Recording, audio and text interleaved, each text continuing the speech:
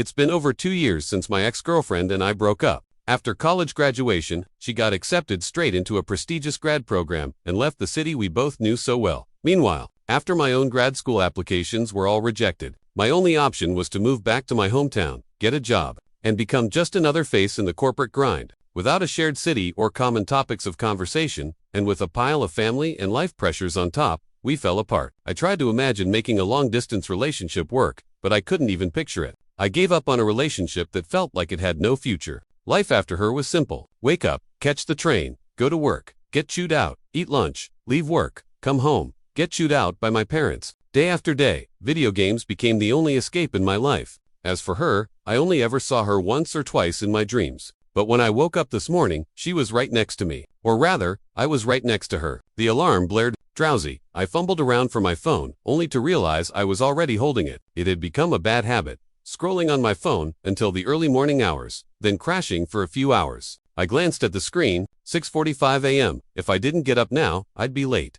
Ugh, whose alarm is that? I don't have anything scheduled today. Where was that woman's voice coming from? I jolted awake. Thanks to that voice, I suddenly realized this wasn't my bedroom. A loft bed with a guardrail, a canopy of string lights twinkling like a starry sky. It looked exactly like a college dorm room. HNGHMM. The voice wasn't just coming from outside the canopy. It was right next to me. I pinched myself hard. It hurt a lot. This was no dream. This was something far weirder than any dream. I vaguely recalled my dream from last night. I dreamed of my ex, but that's all I could remember. But this felt real. The warm, soft presence beside me didn't feel fake. So, the question was, where the hell was I? And who was the girl next to me? Carefully, I turned over, slowly moving from facing the wall to facing her.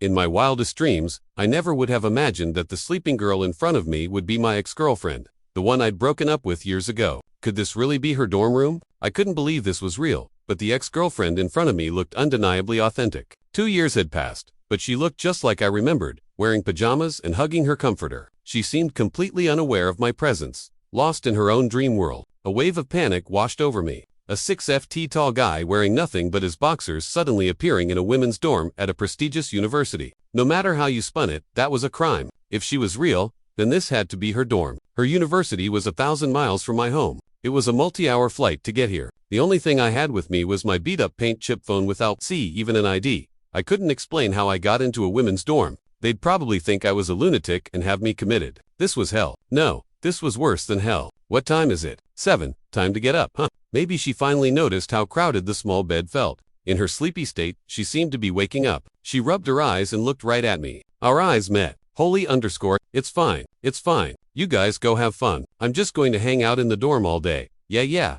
Don't worry about me. My ex-girlfriend sat across from me, and neither of us said a word. It wasn't until her roommates, finally reassured, had all left the dorm, that she let out a sigh of relief. I still feel like I'm dreaming. My ex-boyfriend just magically appears in my bed. Still in her pajamas, she pinched her own cheek, but her gaze refused to meet mine. You and me both. I sighed deeply. I had to call in sick to work and tell my parents I'm on a last-minute business trip. There goes my perfect attendance bonus for the month. It was agonizing. My salary was already tight, and now I had to deal with this. The future looked bleak. Anyway, can you get off my bed? I'm going to make it collapse. She seemed annoyed, or maybe just embarrassed. She pulled back the canopy, climbed down the ladder, and landed on the floor. I had no reason to refuse. Better to get out of her bed and try to figure this out than to sit there in awkward silence. I swung my legs over the side and easily reached the cool floor, then sat down in her desk chair. Her grad school dorm was much bigger than I expected. A loft bed with a desk underneath, a wardrobe, a private balcony, and a bathroom. It was a serious upgrade from my college days. Hey, stop looking around, you idiot. I could still call campus security and have you arrested. She leaned against her roommate's desk, though she still wouldn't look at me. Her face was much redder than before. She must hate me, I thought. The day we broke up, I deleted everything related to her. Her number, our photos, our chat history. To me, they were like mocking smiley faces. Only after deleting everything did I feel like I could move on. Because of that, I had no way of knowing what she was up to, nor did I have the desire to find out. I had no idea why she'd really broken up with me, or what she truly thought of me. What was going on in this petite woman's head? I told you not to look at me. She suddenly snapped, her voice full of irritation. I'm serious. I'll call the cops. Then do it. I shot back, my own temper flaring. I made a point of staring right at her. I appeared here, out of thin air. There's no security footage of me coming in. No plane ticket from my hometown. If you report this, you'll be investigated too. My words seemed to stun her into silence. She stood there for a long moment, speechless. It wasn't until I sneezed that she moved, walking over to her wardrobe and rummaging through it. Sorry, you're right, I said, suddenly calm. If you need to change, I'll wait in the bathroom. I promise I won't peek, no matter what. I was in her dorm, and we had been broken up for a long time. We were both victims of this unexplainable supernatural event. It was only natural for her to be on edge. I wasn't going to make things harder for her, even if it meant just staying at her dorm. I looked around for the bathroom, and as I started to walk past her, she stuck out her arm to stop me. She was holding a large long-sleeve t-shirt with some kind of cool graphic on it. "This is the only thing that'll fit you," she said, tossing the shirt at me as if giving arms to a beggar. "Don't get the wrong idea. It would be even more trouble if you caught a cold in here."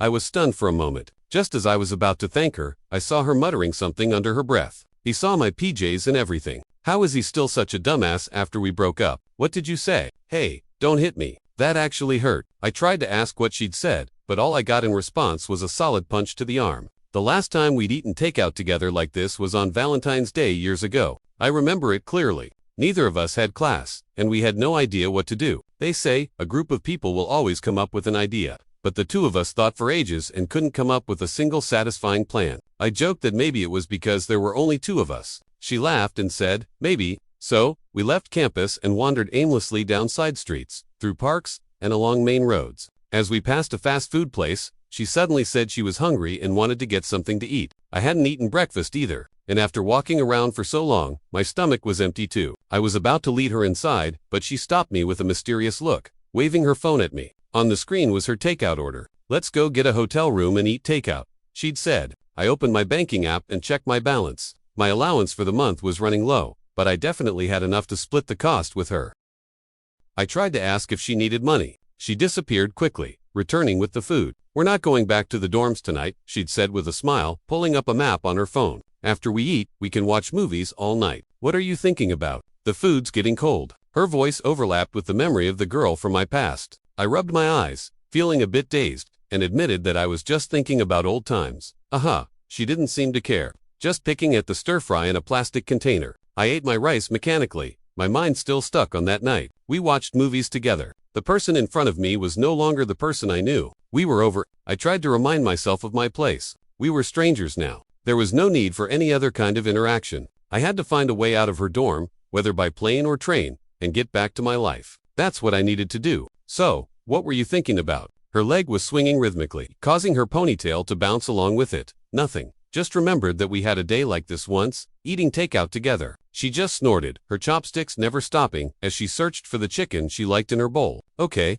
time to change the subject. I felt so awkward. Talking about the past with my ex-girlfriend was more agonizing than giving a presentation at work. "I was just rambling," I said, putting down my bowl. My hands fidgeted, unsure of where to go. "So, how are your studies going?" "It's whatever," she said, like a talking puppet. "Presentations, research projects, it's as boring as your job." This was excruciatingly awkward. Neither of us said anything else. The only sound in the dorm was the sound of us eating. I remember that day too. We watched La La Land and we ate I looked up sharply. She had picked up a napkin to wipe her mouth, but her eyes darted away. "You remember that?" "Duh," she said, balling up the napkin and tossing it at me. "No more questions. Finish eating so we can figure out how to get you out of here." 4. Dressed in the work clothes she'd bought for me, I stood in front of the mirror, adjusting my appearance. According to her, the day I woke up in her dorm was coincidentally the day the water delivery service was scheduled to come. If I tried to leave alone, the dorm supervisor would definitely catch me and hand me over to security. "But you have me," she said, smiling and patting my shoulder. "It'll be fine. They're not going to arrest both of us, right?" "I wouldn't be so sure," I said, my nervousness palpable. "I can't believe a law-abiding citizen like me would get mixed up in something like this."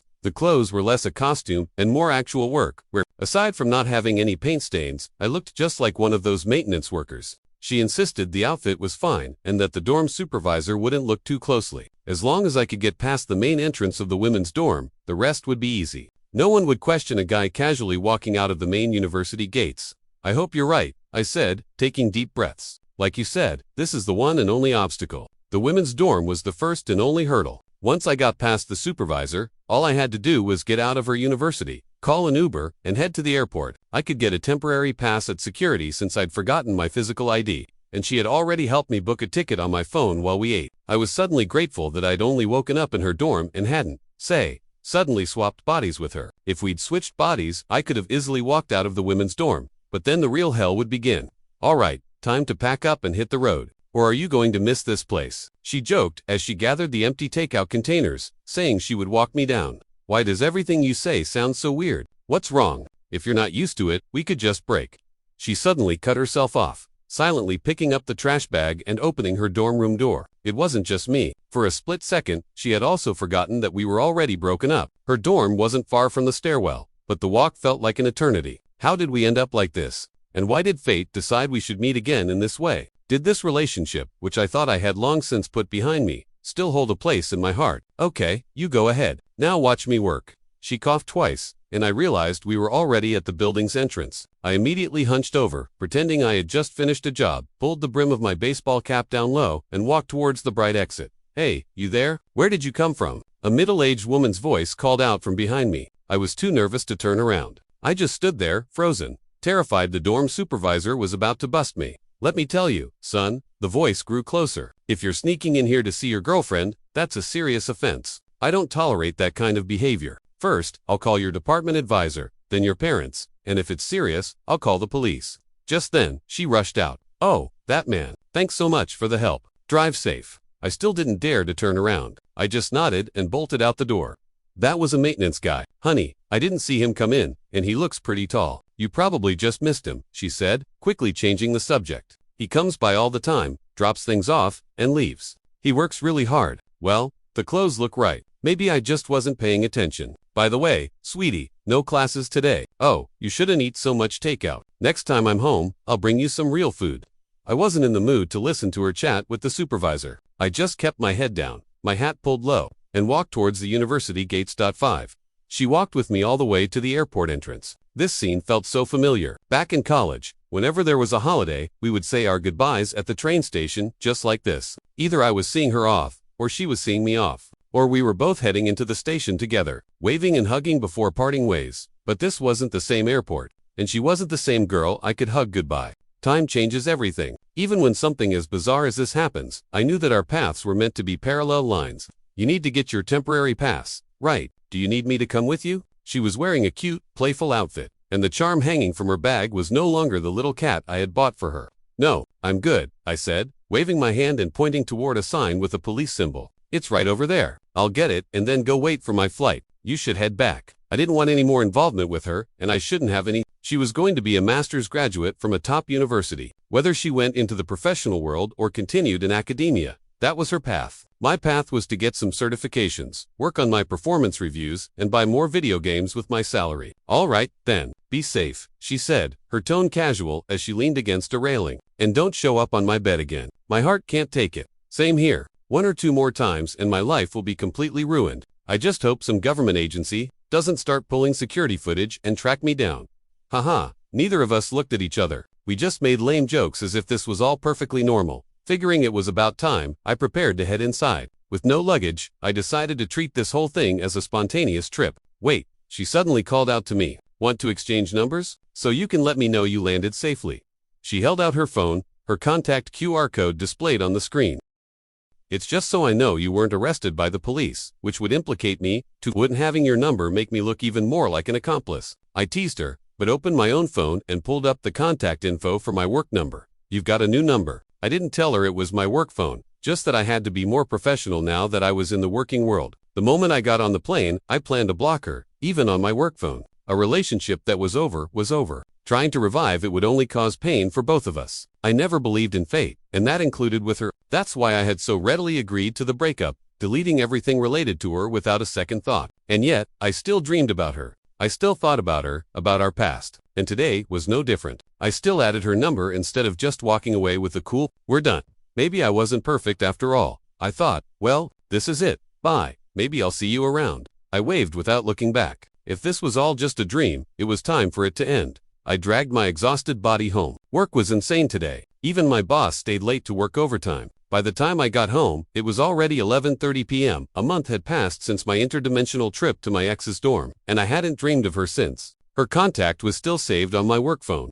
But aside from a few polite texts after I landed, neither of us had sent a single message. I figured that was normal. If we kept talking, one of us would eventually see that dreaded red exclamation mark of a blocked contact. It seemed we both understood each other well. Standing in front of the fridge, I rummaged through the contents, but couldn't muster the energy to cook. After a long pause, I grabbed a Coke and a couple of eggs, and went to the kitchen to make a pack of instant ramen. Even though I lived with my parents, it had become our new normal for me to go to work and play my games while they were busy with their own lives. Like tonight, they were off enjoying their retirement on a trip to Florida while I was sitting in the living room slurping noodles, just to fill my stomach. After the breakup, my life seemed to revolve around one thing: working hard to earn money to buy video games. The idea of settling down and starting a family, something my parents constantly brought up, no longer seemed important. I knew myself too well. No one would fall in love with me, and it was unlikely I would ever fall in love with someone else again. After experiencing love, I didn't know what I needed, but I knew for sure that I didn't need love. Reborn.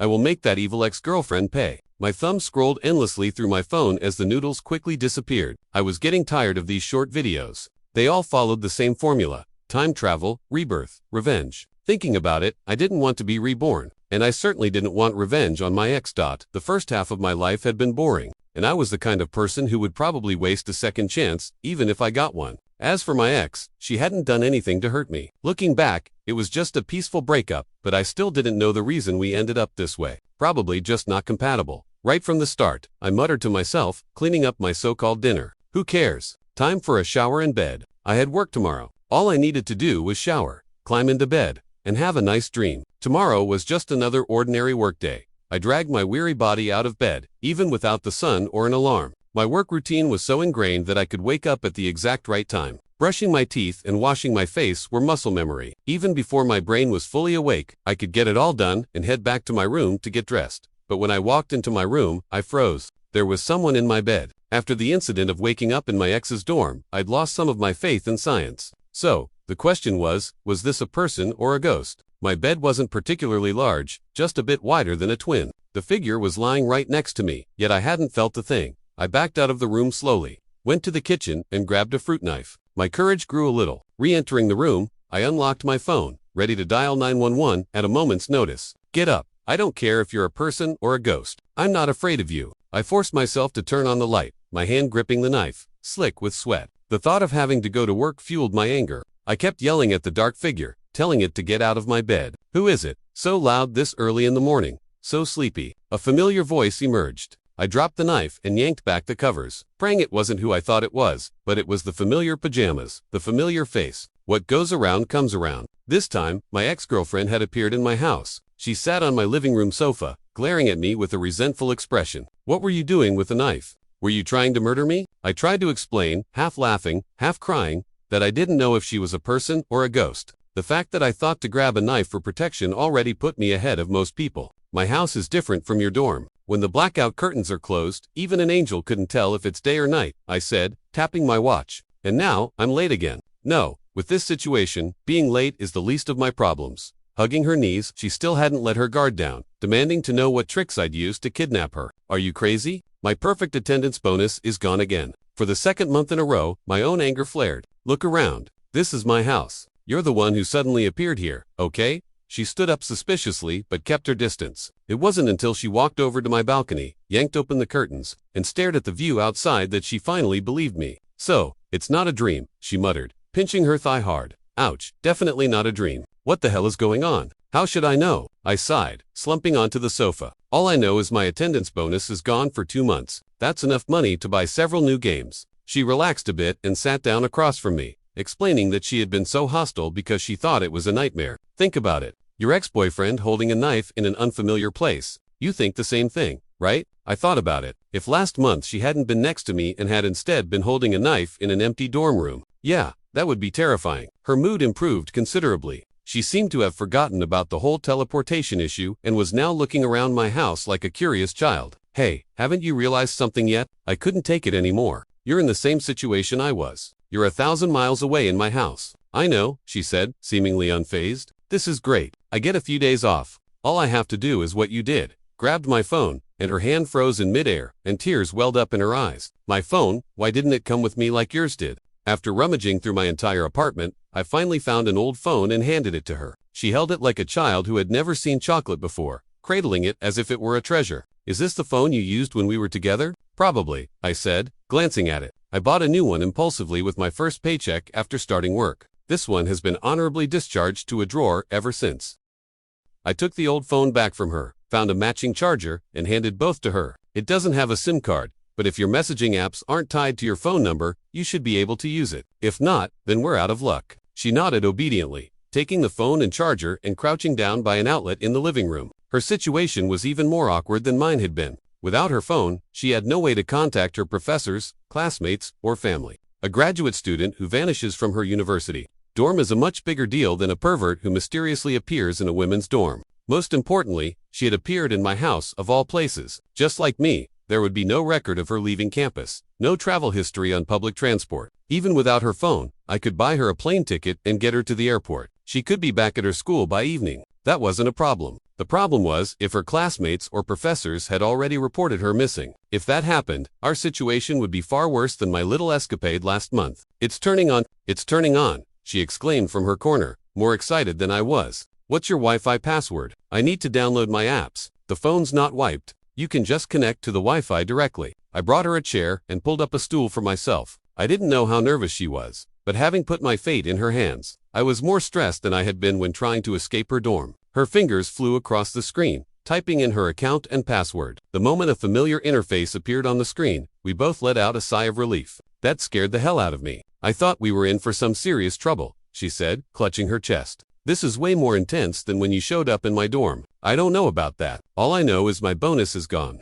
She stood up with a smile, dusted off her pajama pants, and patted my shoulder, asking what I wanted to eat. Her treat? Well, since it's come to this, let's get some food, she said cheerfully. By the way, what's your address? I'll order. She looked incredibly excited, wearing my clothes. She had a cool yet cute vibe that turned a few heads as we walked down the street. After we finished breakfast at my place, she didn't seem to be in any hurry to go back to school. She insisted on going for a walk. Having already called in sick, I couldn't resist her pleading and changed clothes to accompany her out of the house. Her review of the city I grew up in, a place she had only ever seen on video calls, was that it was new and beautiful. It's better than my hometown anyway, she said, strolling leisurely. There's no energy there. Everyone just walks around with their heads down.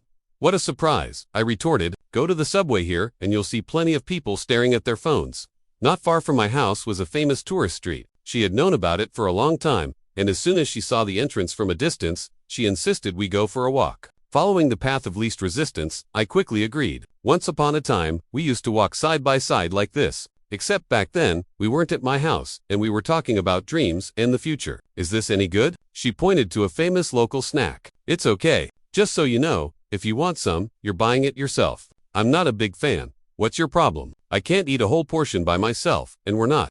She trailed off, silently ordered a portion of the snack, and then created some distance between us as she ate alone. She had remembered too. We weren't a couple. We weren't lovers. We were just two people who used to be together. This is as far as I go. Just like last time, I had driven her to the airport on the back of my scooter. She was holding my old phone. Without it, she couldn't contact her friends or scan her ticket to get through the gate. I sat on the scooter, waiting for her to come back after getting her temporary pass. I felt a wave of emotion. After our breakup, we were meeting again in this strange way for the second time. It was like a harmless prank played by the universe. I mindlessly opened a video app and scrolled through the same old content. My mind was a jumbled mess. I felt my resolve wavering. I appeared in her dorm. Then she appeared in my house. Was it our past relationship that caused this absurd experience? I was starting to have my doubts. Earlier, walking with her on the street, I felt a sense of disorientation, as if I were still that naive college kid. Maybe for a fleeting moment, just an illusion. We were both still thinking of each other. I didn't need to get one. They said I could just get a temporary one through the app by scanning my face. She ran back from a distance, showing me the temporary ID on the phone screen. Why do I have to get one at your airport? Or, was it not necessary there either? I just got it wrong. I was baffled, staring at the information on the screen. Who knows? Anyway, I should get going. I actually have a class tomorrow. She took the phone, slipped it into her pocket, and held out her hand to me. All right, we're even now. A trip for a trip. We don't owe each other anything anymore. That includes all the stuff from before. I shook her hand and felt a sense of release. So, can we start over? Don't use those cheesy internet lines on me. I sighed. Just get going. Be safe. She looked disappointed, but only for a second. She quickly regained her composure and waved at me. I hesitated, then called out her name. What? She turned back, blinking at me. I didn't actually get a new number. That was my work phone, I said, awkwardly showing her the QR code for my personal contact. Add this one. And remember to mail the phone back to me, you cheapskate. Hey, that thing was worth a few $100, I said, a little annoyed. What if you just decided to keep it? Huh? She came over and gave me a playful punch, pretending to be angry and saying she didn't know I was that kind of person. You used to say things like that when we argued. Oh, here we go again. When we used to argue, it couldn't have always been my fault, weren't you ever? She froze, realizing what she'd said. Her face turned bright red. She quickly apologized, saying she got a little carried away with the role-playing. It's fine. I didn't mind.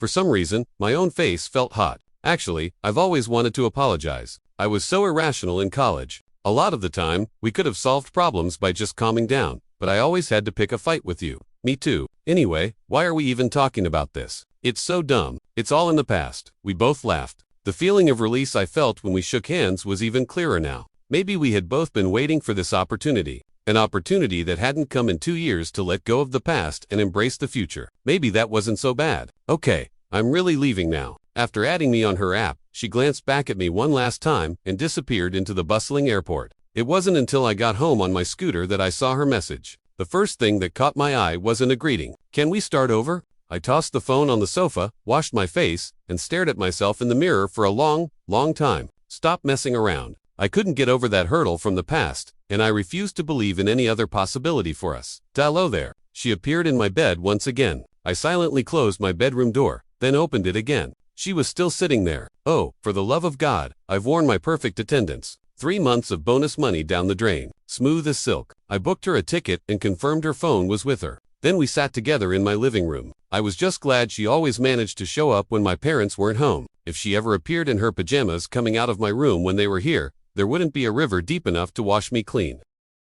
This is the 3rd time. Would you believe it if I said it was a coincidence? She shook her head vigorously. Once or twice could be explained away as a mysterious event. But when something happens more than 3 times, it's clearly not what it seems on the surface. I asked her if she had done anything special this past month, hoping to find the trigger for these transfers, but she said everything was normal. Classes, labs, research projects, or just lying in her dorm eating and scrolling through videos. What else? I think there has to be a condition for us to transfer to each other's side. Nothing else. Let me ask you this, she retorted a little defiantly. What were you doing the month you showed up in my dorm? I thought back. Work, taking the train, working on proposals, or just lying at home eating and playing video games. You have the nerve to say that to me. She laughed in disbelief. You weren't doing anything either. What do you mean I wasn't doing anything? My bonus, 3 months of my bonus are gone. Oh, shut up. I wasn't in the mood for jokes. I just told her to think back to what she did yesterday. If it was related to something we did, it must have been something recent.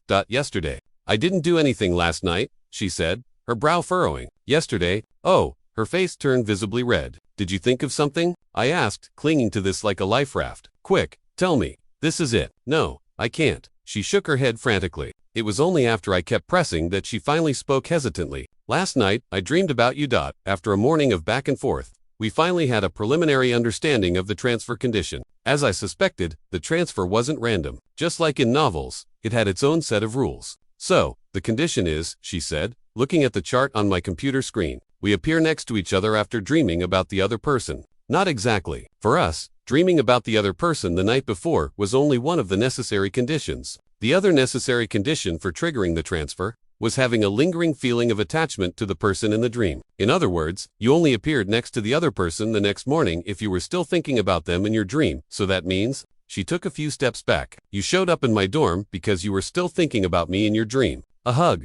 Hey, excuse me, you're the one in my house right now. I shot back. You're the one who's still thinking about me. That's just fine. I can't argue with that. Her face was beet red. If our theory was correct, then the fact that she dreamed about me last night was an undeniable truth. Seriously, you're so rigid. You had to make a whole chart on the computer for this. Has your job made you stupid? Don't change the subject, I said, staring intently at her flushed face. Admit it, what are you really thinking? I suddenly realized I didn't actually care about her answer. Whether she admitted it or not, she was in my house and she had dreamed about me last night. It seemed I just wanted to see her shy, flustered attempts to defend herself. Of course, she wasn't going to give in. She insisted on running an experiment, saying that since we had a theory, we had to test it. Otherwise, I was just slandering her good name. Slandering your good name? I laughed out loud. Fine, you tell me how we test it, Miss Genius. First, take me to the airport. I have a project presentation tonight. I triumphantly sent her a mocking emoji. On the way to the airport, we agreed on an experiment. She sent me a bunch of old photos that I had long since deleted.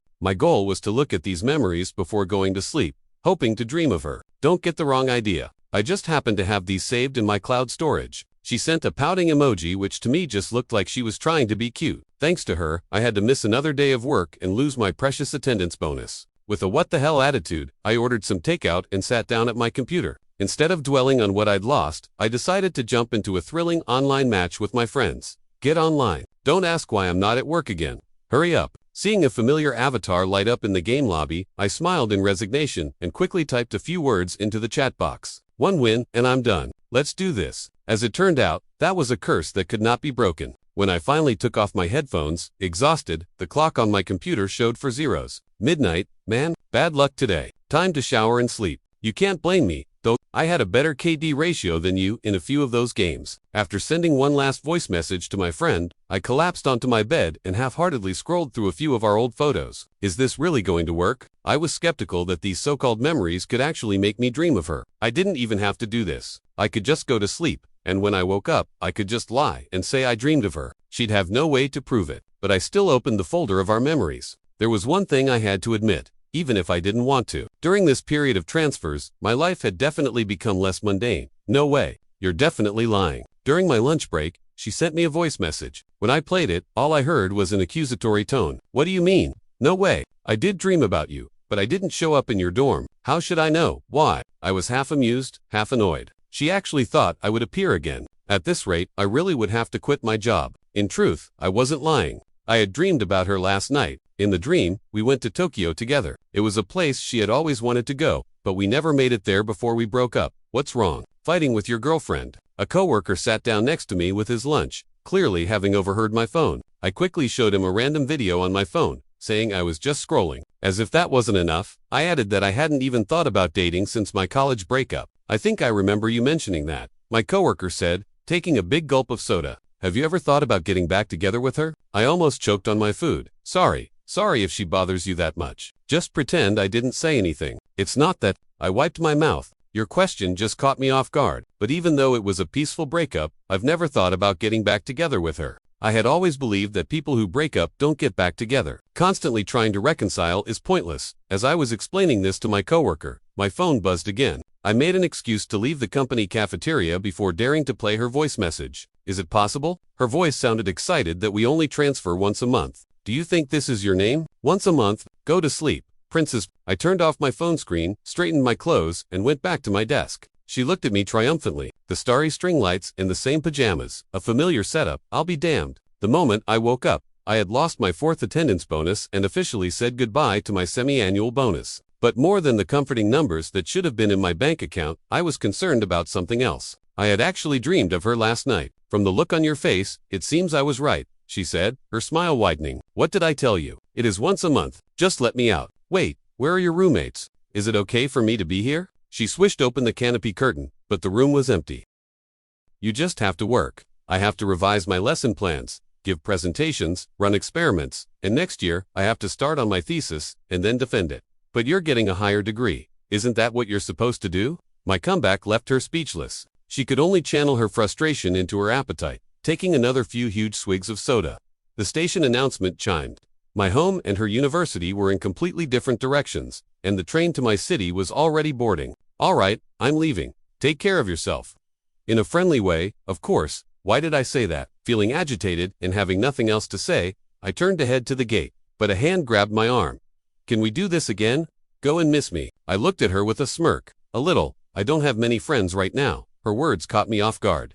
After thinking for a moment, I reluctantly patted her head and said that if I had vacation time from work, I would find a chance to travel with her again. That's all I needed to hear. You can go now. I don't need you anymore. She was back to her usual cheerful self, waving at me enthusiastically. Watching her go, my own mood lifted a little. This kind of relationship, it didn't seem so bad after all. A new month, a new day, and the familiar figure of her appeared in my bed again. Seeing my miserable face, she quickly realized what was happening and carefully climbed out of my bed. Oops, I really couldn't help it.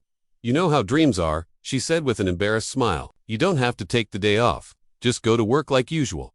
How is that possible? I shook my head helplessly, expertly opened my messaging app, and copied and pasted my usual sick day request to my manager. Given the once-a-month transfers, it was a miracle I still had a job. The next step in the process was to ask if she had brought her phone. If not, I'd have to use my app to buy her ticket. She looked around the room and regretfully said she hadn't been on her phone when she fell asleep. All right, I'll buy the ticket, I sighed deeply. Next month, when you dream of me, remember to grab your phone. It'll save us the trouble of mailing my spare one back and forth. I opened the ticketing app with practiced ease, but her hand stopped me. Don't buy it. She held up her own phone. Huh, wait, you. I looked at her, confused. Not only do I have it, I also told my roommate I wouldn't be back until after the break. Like a villain whose plan had succeeded, she plopped down on my bed. What do you mean? You're just going to stay here? I have to work. Looking at her, I suddenly realized she had come prepared this time. You don't have to worry about me. Go earn your money. If your parents are coming back, I'll just get a hotel room. I had no idea what she was planning. I just turned and went to the bathroom to get ready for work. When I came out in my work clothes, she was standing barefoot outside my room, waving at me with a smile. Didn't you take the day off? Why are you dressed like that? I looked down at my shirt and pants and felt like I could die. I really don't know what you're thinking. She suddenly rushed over and hugged me. What about now? Her face was so close to mine, I could feel her breath. I don't want to have regrets again. Tears welled up in her eyes. Is this some kind of April Fool's joke? Where's the hidden camera? I refused to look at her, but she ignored my joke and buried her face in my shirt. My work shirt, it's hard to wash. I kept making lame jokes. I knew she was brave enough to face the past and accept her true self. But what about me? My feelings for her? Were we friends, strangers, or was I just like her, unable to let go of the past? Was I afraid to make peace with my past self? Or was I afraid to believe that this moment right here, right now, was real? I suddenly noticed my hand was shaking. The living room was silent, so quiet you could only hear her sobs. To this day, I still don't understand what caused the transfers between us. All I know is that as long as I don't dream of her, and she doesn't dream of me in a particular month, our lives proceed without any issues. Whether I hugged her back that day or not, I can't quite remember anymore. I only remember that after I sent her off that day, my life returned to its so-called normal track. I didn't lose my job because of those few absences, and she went back to her studies. After that day, neither of us dreamed of the other again, and the transfers stopped happening. Looking back now, it really was just a prank played by fate, a way to get us both to finally let go of the past. No matter what, that relationship, those college years, and that strange transfer period after the breakup, it was all over. And that's for the best, I thought. No, it's not. Her voice suddenly popped up beside me. I say, we should use this mechanism, to do something big, like you get a visa, fly to Tokyo, and then I dream about you. That way, we wake up in Tokyo and save half the money on airfare. I flicked her forehead hard. That would be an actual crime, I said, wagging my finger at her. This is why I told you not to think about me before you go to sleep. Well, that's true, she said, rubbing her hands together meekly. But I don't have to think about you anymore. We've been together for so long now. Are you talking about college or now? Thinking about it, it's been almost 6 months since you graduated with your master's. Time really does. Hey, where are you going? She suddenly stood up, ran to an open spot a little ways off, and made a peace sign at me. There are no cars in the shot. Quick, take a picture of me and the skytree. The angle is perfect. I smiled helplessly and pressed the shutter button on my phone. The smile on her face in the photo was much brighter than the one in my dreams.